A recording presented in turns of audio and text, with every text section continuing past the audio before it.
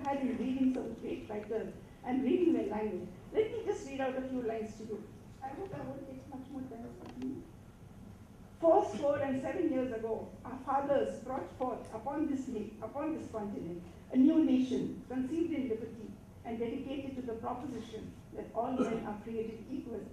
Now we are engaged in a great civil war, testing whether that nation or any nation so conceived and so dedicated can long endure. Everybody knows it's Abraham Lincoln. Just to read these words gives me goosebumps. They're so beautiful, they're so simple, but they say whatever they want to say with such power. Abraham Lincoln really did not have a great education, but he read the Bible, and it was from the Bible that he got his language. And all his language has that biblical tang. If anyone has seen Lincoln now, and I think I've just seen it, I think the language has been preserved. His language has been preserved. And it's amazing just to listen to that language. We don't write this way nowadays. Of course, I mean, none of us could write like this. But certainly we can still recognize the beauty of language. The world has changed even since I began writing. Language is no longer the same, which has changed a lot. Many new words have come in, many old words have come out, the style has changed, everything has changed. But good language remains a constant. Bhimsen Joshi once said that the grammar of music never changes. And I would say the same thing about the grammar of language. It never changes. Good language is good language. And that means correct language. Even to write incorrect language, because often in a novel I have to write bad language because my character doesn't know correct language. But I have to know what is the right language before I write the wrong language. Reading not only helps you to, learn about language, it increases your vocabulary. I've seen books recently, one or two books where some huge words have been pushed in there because I think the writer's enamored of the idea of using these words. They don't fit in. So I think the vocabulary will increase in the sense that you know which is the right word. Sometimes the simplest word is the right word. And also, writing consists of two things. One is the art, one is the craft.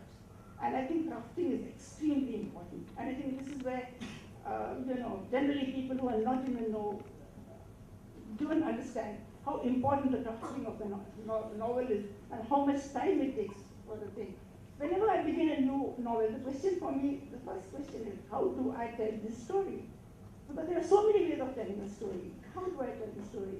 It's also true that each story demands its own style. I cannot just impose a style on a story. It asks for its style. So in other words, I have to find out what's the correct narrative technique for my novel. Once I know that, then I can start to write. Reading great writers helps you to learn about different narrative techniques which different writers have employed. I don't know whether anybody reads Charles Dickens nowadays, but if you read his Bleak House, for the first time he has a female narrator in it. He's always third person, but here he has third person narrative plus first person in the person of Esther Summerson, who's the heroine. And it works beautifully. So I think you get an idea of what it is like. Apart from reading for a budding writer, what you need to do is to live life to the full, to experience a lot, to observe and to imagine. These are the four things which are very important. I once heard the dancer Birju Maharaj say that, unless you experience life, unless you know the emotions, unless you know love, hate, anger, you can't dance. The same thing with all creative arts. You've got to have these experiences. If not in you, imagine them. The other thing about writing is you are entirely on your own. It's a completely one-woman's job. Nobody is going to be there. It's not like music where you have dance, where you have people around you. It's completely on your own. And you have that pile of papers waiting and you've got to fill them up entirely on your own, which is a very fretful thing. And you may have an idea, but you have to work it out through words and then put it on paper so that it resembles, to some extent at least, what you had in your head. I think that is the most difficult thing about writing. Anybody who's trying to write will know. You have an idea, it sounds so wonderful, it seems so wonderful, you're sure you've got a great idea. When you try to put it into words and write it on paper, it looks awful, and you just have to throw it away. So I think that is the most difficult thing. Writing novels is not so much about inspiration, as it is about imagination, facts, hard work, and persistence. You have to keep writing. I used to write letters when I was young. In those days, we wrote letters and posted them, and diaries, and I think that was a kind of exercise. I now realize that it kept my hand in. It made me continue to write. It's like a singer's riyaz. If You need to write every day, not whenever you feel inspired. Sometimes you may write a lot one day and the next day you might delete it all, but you need to know that was bad. You need to write bad stuff to know that it is bad. So I think every bit of writing that you do helps in that. Biggest crime for a writer is verbosity, writing too much, using too many words. Publishers will not look at huge manuscripts, I can assure you. Besides, precision and brevity make a novel stronger, they make it more intense, more powerful. Overlongness, according to Woodhouse, is the worst fault in writing, I agree with him. Woodhouse says, I believe the secret of writing is to go through your stuff till you come to something you think is particularly good and then cut it out. That's so typical Woodhouse. And I thought it was one of those typical Woodhousean jokes. But it's not, it's true. I realize now that I'm writing and it makes sense to me. But you need to edit your work, and when you edit your work, you sometimes see that a sentence or a phrase or a passage which you loved because you thought it was good came to you, very easily. It doesn't fit into what you're reading, so you need to cut it out. So don't be in love with your own work. You need to be a good editor of your own work. You need to be a critic of your own work. And one of the faults I see in a lot of people today is that they give their manuscript to a lot of people. You should never do that. You will be just confused and bewildered by the reactions. You will learn to critique your own work. One of the best ways of trying to find out whether what you've written is good is to read it aloud. I think the ear catches things much better than the eye. I find reading aloud helps a lot. You need persistence, you need patience. The paradox is that while you have to be your own hardest critic, you yet to have faith in yourself. Because nobody else has faith in you. It's only you. And without that faith, you can't go on because you're not making money, you're not doing anything to justify what you're doing. Also important to know what form you're best at. I think everybody wants to write a novel nowadays. You don't need to write a novel. You may be good at something else. So I think it's important to find out what form you're best at. Fiction, short stories, poetry, travel writing, cookery. There are so many genres, murder stories, etc. Like again, let me quote Woodhouse. There are two ways of writing a novel. One is mine, making the thing a sort of musical comedy without music and ignoring real life altogether. The other is going right deep down into life and not caring a damn. I think in any way you must not give a damn about anyone else. You just have to write what you have to write. Finally, I wouldn't put off anyone who wants to write. I would say, don't write if you want to become a writer. Write if you have something to say. Write if you want to say, and write if you have no choice, that you can't not write. I think Margaret Atwood said that, I write because I can't not write. And that is very true of many of us. I can't not write. Writing is hard. Recognize the negatives. Writing is hard. Publishing is even harder. Taking criticism is hell. And earning money is just a big fat hope. A few success stories of writers don't make up for the huge number of writers who never get anywhere. It helps to have a job. I always advise people, don't give up your job, keep your job. Or it helps to have somebody support you, a husband or a wife or a father or a mother, and you take that support. But don't think of reward, just think of the work. The work has to be its own reward. The truth is that nobody cares if you don't write. It's the hardest truth that I can say. The world can get on very well, thank you, without your novel. To visit a library is for me a fearful experience. I look at all those books, so many people have written one more novel. Oh, what is it?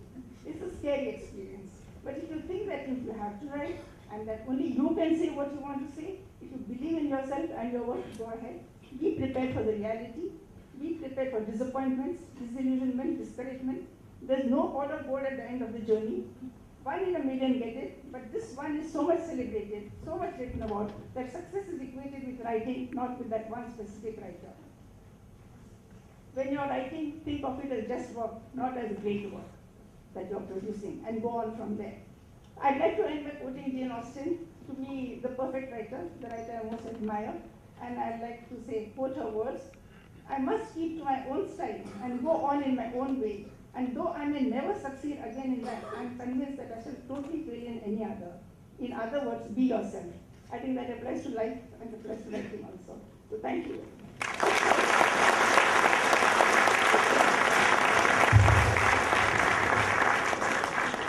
Thank you, Shashiji, for those wonderful words of introduction to writing. And I have a few questions for you basis what you said, so I reserve that for the panel discussion. To start with, I'd like to also request Arun to start off the discussion.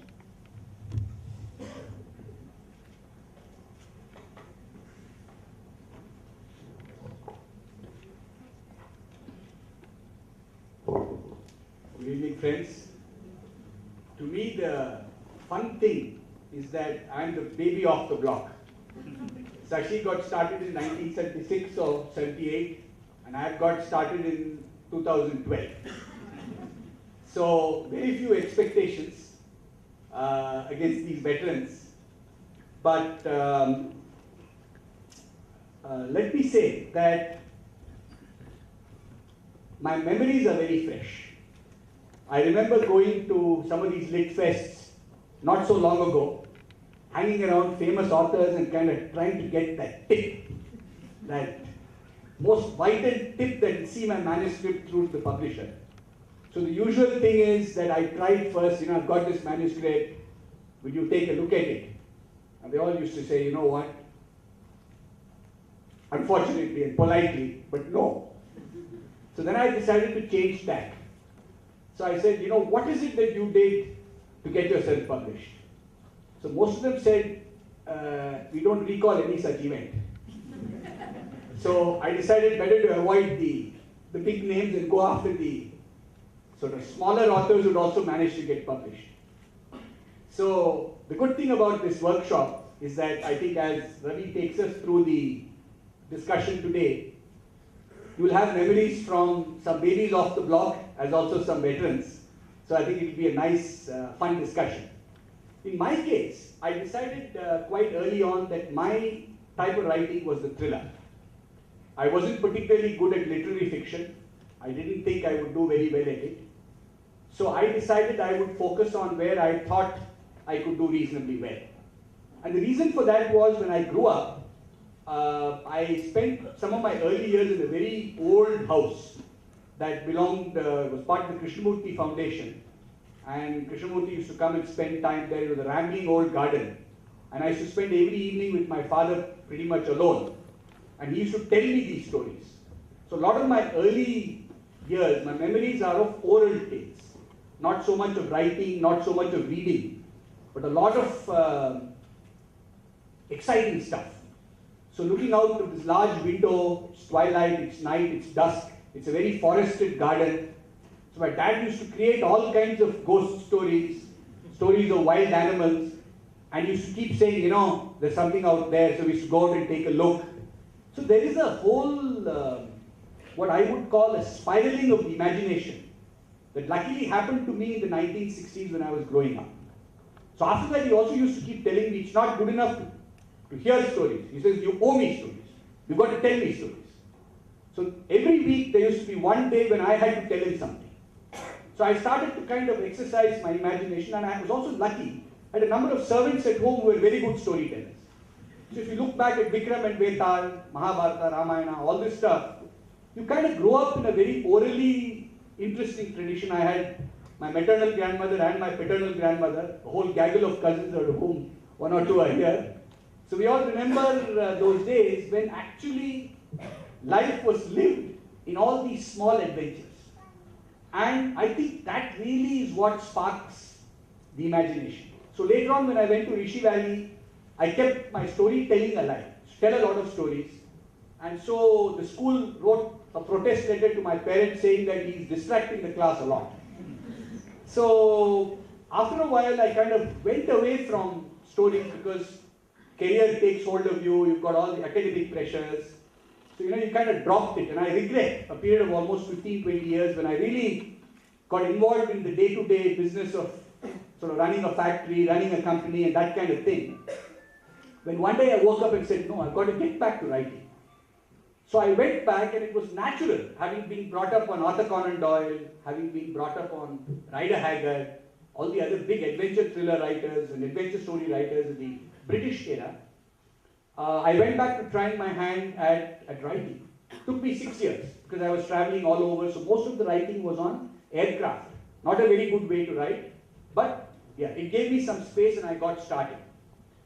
Then of course the publishing saga, which I'm sure all of us have our own perspectives. But once the book got accepted, Osama bin Laden got killed.